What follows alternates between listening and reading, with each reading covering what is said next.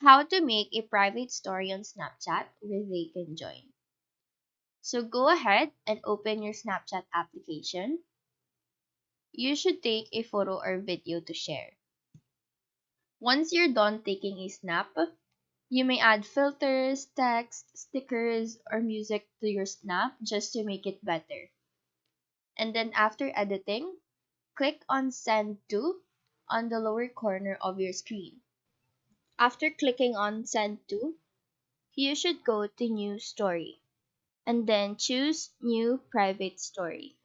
Your friends list will then appear, and from here, you can choose who can see your private story. You have the power to name your story and then click on the arrow.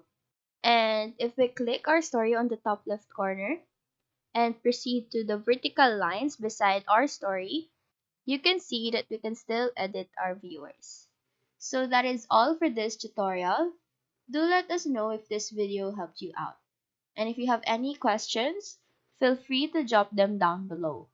Thank you for watching and have a great day.